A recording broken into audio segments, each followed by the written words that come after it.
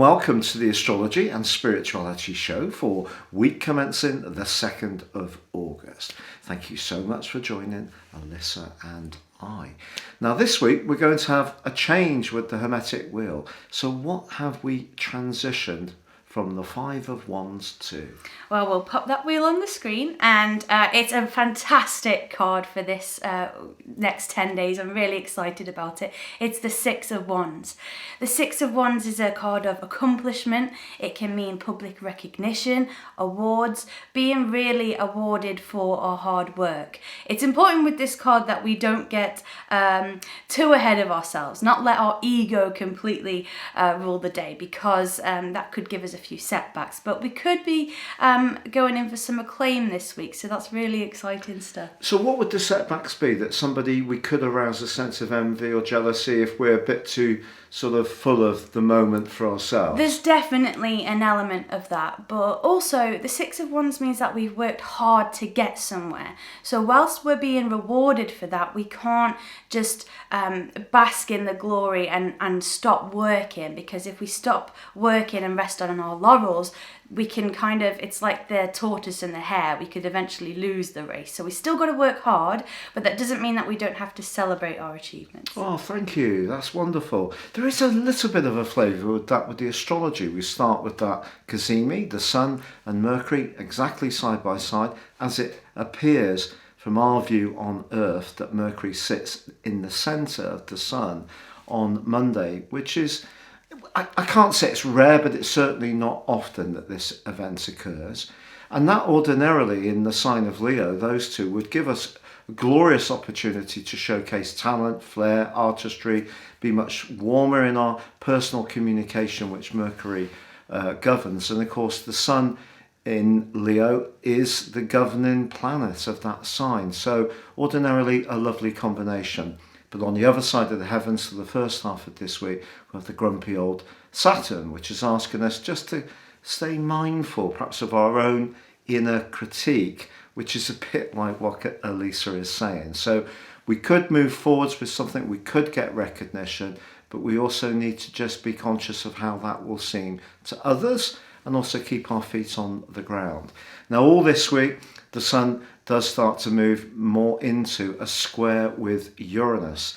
Of course, Uranus and Saturn have been the key influencers all this year in their right angle, which came to a close within 3 degrees on the 22nd of June. But the two individual planets are still being very active. So as we come to the Leo new moon, which ordinarily would be the best sun-based new moon of the year, the Cancerian new moon is the best moon-based new moon of the whole year. Well, this one is in a right angle to Uranus. And of course, Uranus in the sign of Taurus, because they're both fixed signs, could see us feeling quite tense. If there's any kind of constraints from our freedom of expression, more difficult to go with that. So we're being asked to flex, not take fixed positions, because that could create headaches, tension, and if we can just be open to the concept of some kind of change, that would be a good thing. Now, in terms of the overall zodiac, Uranus is in house 2, Sun in house 5, so that can make us a little bit more spontaneous around spending money or around risk or chance or investments. So probably best to think those things through before we go with them. But Uranus, as ever, is asking us to be open to what we can change in a creative and flexible way. So, we can turn this particular aspect into some helpful energies as well. And if you want to watch my in-depth, deep dive Leo new moon video, please see the link beneath this video. Now, in terms of the modality of this week, have you got some cards ready? Yeah, I thought for this week we'd go into the Nature Whispers Oracle cards. We haven't used these for a really long time because they are based on nature aspects. They're very grounding, and I feel that that's some kind of energy that we need this week, with especially if there is going to be some potentially exciting news. Would you like to pick the card? Okay, thank you so much.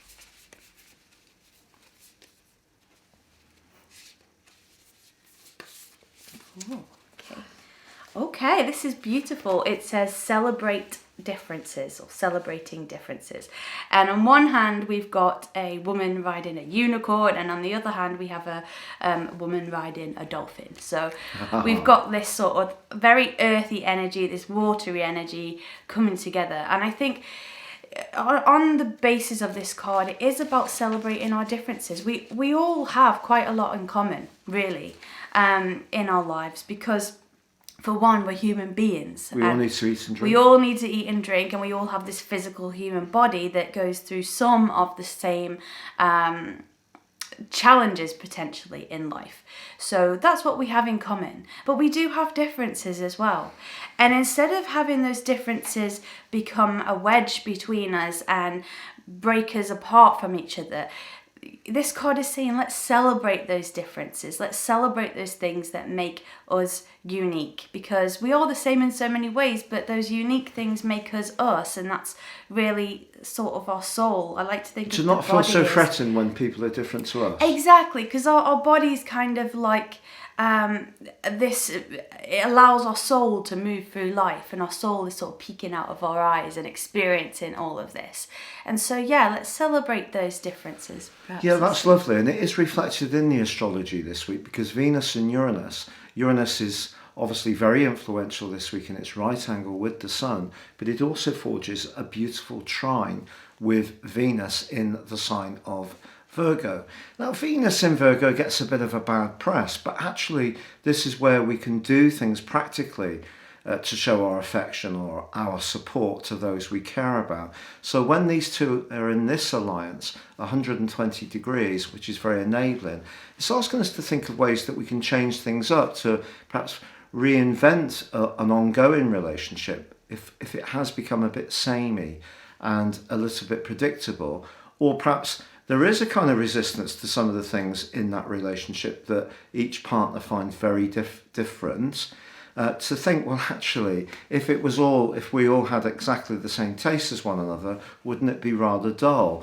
And then the other part of this aspect is that we could meet someone who's very different, because Uranus is very much about freshness. It's about authenticity, but in some ways it can be quite shocking. So we could meet someone who's very different to us, but actually, rather than being so influenced by the superficial difference, try to access, as Elisa said, that deeper soul within them.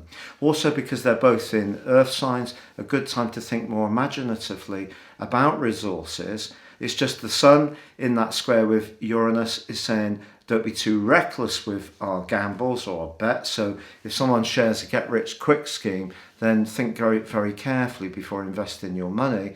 But I think if you can think imaginatively about using resources in a more creative but productive way, because that's what Venus in Virgo is very much about, seeing the evidence. So if we do something slightly different, like have a bit of a declutter, maybe sell off some unwanted items, that can give us some instant cash. So an interesting parallel between the astrology and that card that you've chosen.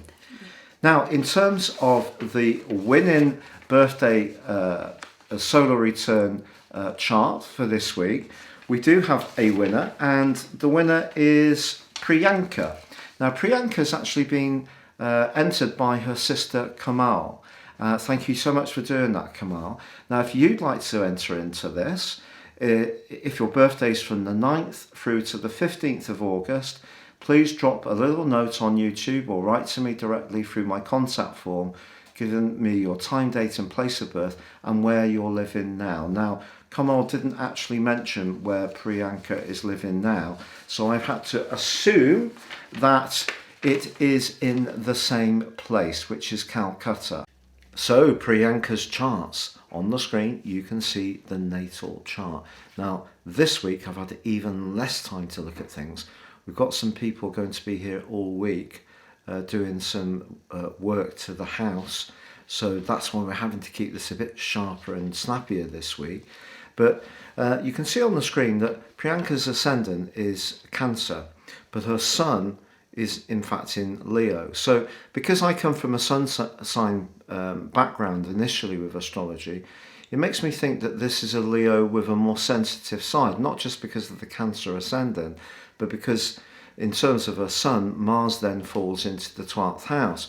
But if we look at it natally, a more technical way of assessing a horoscope, actually she has Mars in the 1st house. So although Mars in Cancer can be challenging because it's in its fall, it's not its best location, this gives Priyanka a lot of get up and go, and because of the cardinality of the sign of Cancer, the potential to actually get things off the ground, because although Leo people have this glorious reputation for radiance and, you know, sunny personality and popularity, they don't always find it's quite so easy to get things moving. But I think Priyanka would be quite a dynamic person. But I also think when she was younger, it's possible that she did sort of have a few scrapes of a more physical kind, you know, the sort of lumps and bumps that most kids have. But I think that Priyanka may have had a bit more of a tendency to have those with Mars in that 1st house, very, very close to her ascendant. So it would make her someone, you know, with quite a formidable personality. The Sun position is quite close to Mercury, which is interesting because obviously as we start this week, they're side by side. So in her case, they're conjunct.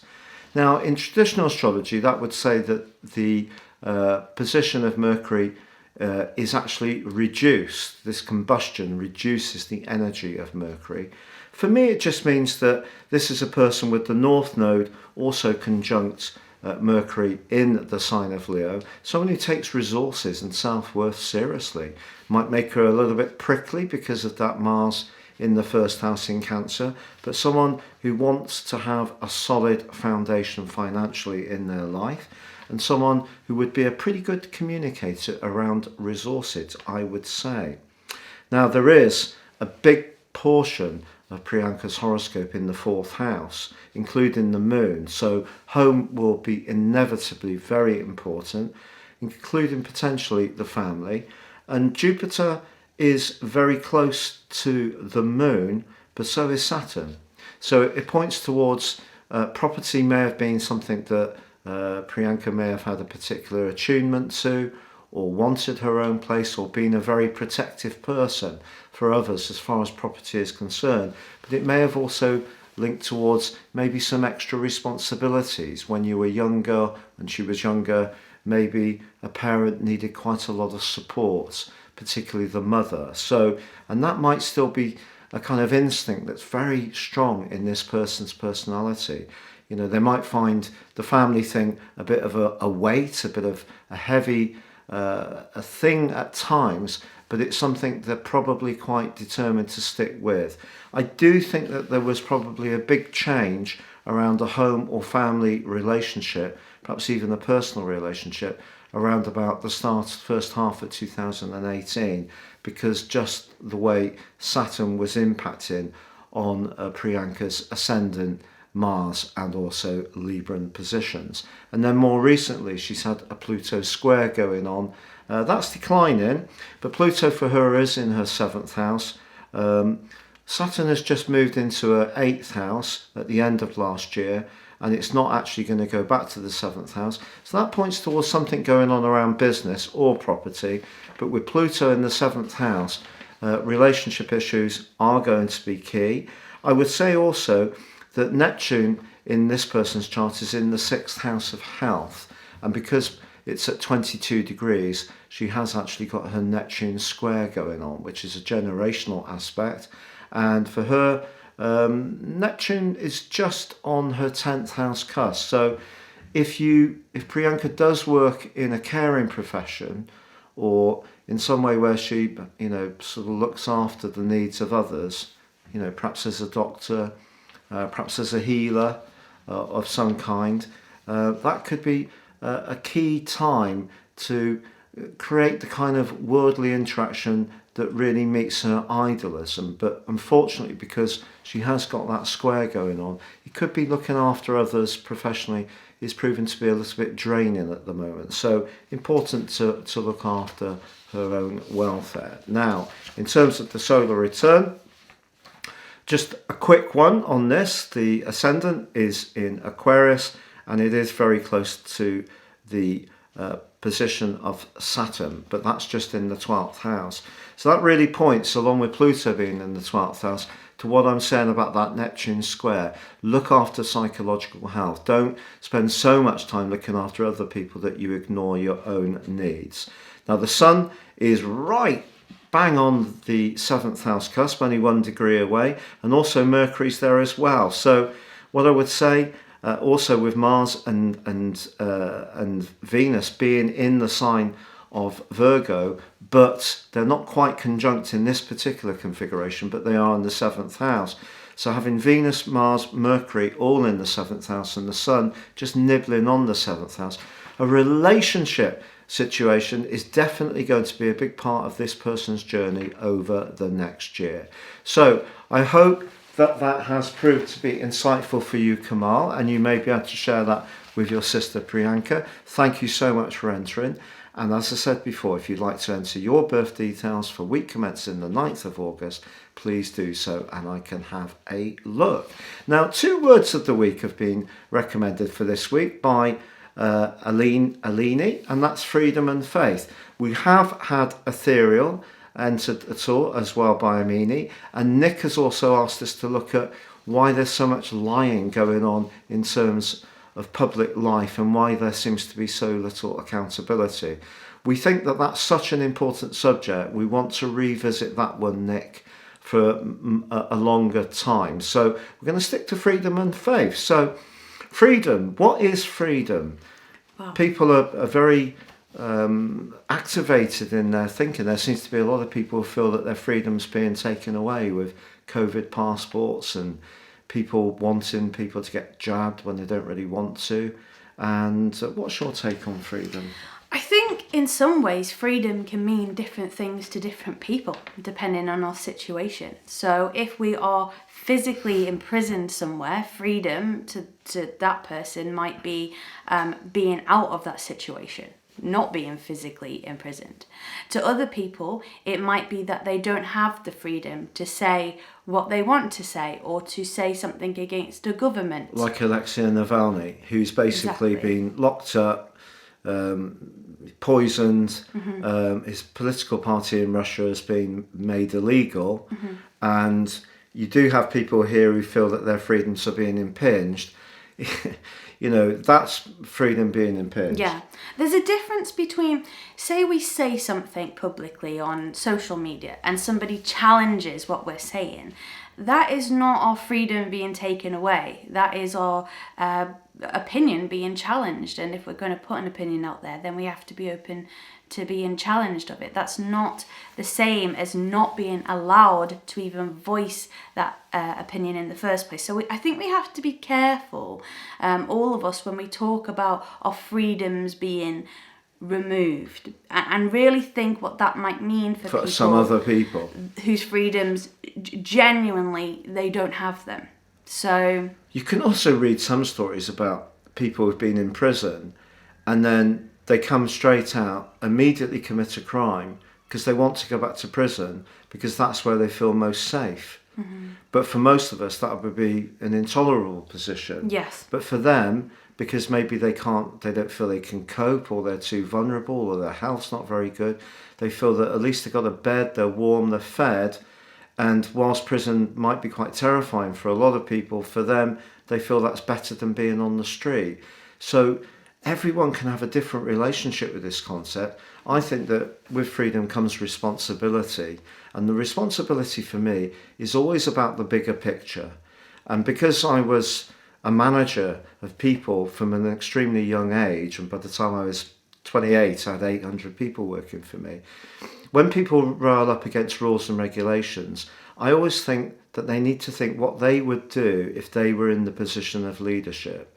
So I think we all agree that vaccines, for example, the way they've been developed so quickly, is a pretty scary thing, because if you're putting this thing inside your body, that's pretty scary. So I can have, great respect for people who don't want to have the vaccine because they're worried about the impact it may have on their body because they don't feel it's been tested. And they're absolutely right. But if you're in that position of leadership where people are dying in your country and you decide that this is something you're just going to ignore, which is what's happened in Brazil, 3 or 4 months later, 500,000 people dead. So it's very difficult, isn't it, sometimes to make those big decisions. Yeah. And it's easy for us all to sort of say how we would do it differently when we don't have the ultimate responsibility. So that taught me at a young age that whatever happened in my workplace, even if it wasn't directly something that I'd done wrong, if someone made a mistake, say they left a bucket somewhere, they'd been mopping the floor and someone tripped over it, ultimately that was my responsibility. So I got used to that way of thinking, of not blaming others but taking responsibility myself. But I do think that we do have some people who want to blame other people, but then I think your concern about that is that that's partly because they don't feel people are properly accountable. And actually that leads into what Nick's saying, and that's a bigger discussion. But yeah. So yeah, freedom is a complex topic, and something I think we're all still unpacking and finding the meaning of, really. But then that leads us into the second word of faith. And faith for me personally is having a belief that there is something beyond myself. That's what faith means to me. Now that might be different again. But some to other somebody people can else. have a very sincerely held belief system which believes there's no such thing as an afterlife, and they really profoundly believe this. It's not because they're being unkind. They might have their own value system to operate within that could be based on the concept of kindness. But everyone has a different belief. Yes. So faith, belief. Faith, belief. And then if we're not putting our faith in something, a higher power, if you want to call it that, then perhaps we should be putting faith in ourselves as well. Because that is something that we can ultimately, to a certain extent, control. Or also perhaps sometimes having a bit more faith in other people. Because Yes. let's be honest about it, we can all disappoint others. It's all part of our natures that will rub someone else up the wrong way very, very easily. But if that happens, if we can actually see that beyond that, if the chips really came down to it and there was a situation where people had to sort of collaborate, a lot of people would find the way to do that, even if they didn't particularly like each other. Yeah. So, maybe the faith in thinking that people are a little bit better than they sometimes seem they are, but then we know that there is evidence that there are some very dark energies out there, for sure. Yeah, but trying to keep that faith in humanity, because if we think about the news, for example, the news is mostly going to tell us about things that perhaps are negative, that impact us negatively, that we need to know about, whether that's wars going on or fires or corruption or whatever it may be, diseases, right? So let's shield that. But the news isn't necessarily going to tell good news stories every day, because that's kind of the way a lot of our media has been set up. So well, you do see lovely things like where we're living. Somebody put in the county that we're living in, put, I found a purse on so-and-so beach. If you want it, please direct message me. And stuff like that. There is good stuff going on, and maybe we just need to look a bit harder for it, those good causes, or get involved in something that lifts our faith in humanity. Lovely. And of course, faith can be more traditional beliefs. It can be, to do with much more established religions, for example, and the changing world is competing with those more traditional practices and belief systems. So it's a very vibrant mix, Alini, isn't it? Faith and freedom. Thank you so much for raising those. If you have some keywords you'd like us to look at, please write in. We will look at ethereal again, and also the big concept of trust in political leadership that Nick's raised, and where there's a lack of accountability, because I think that's a massive one.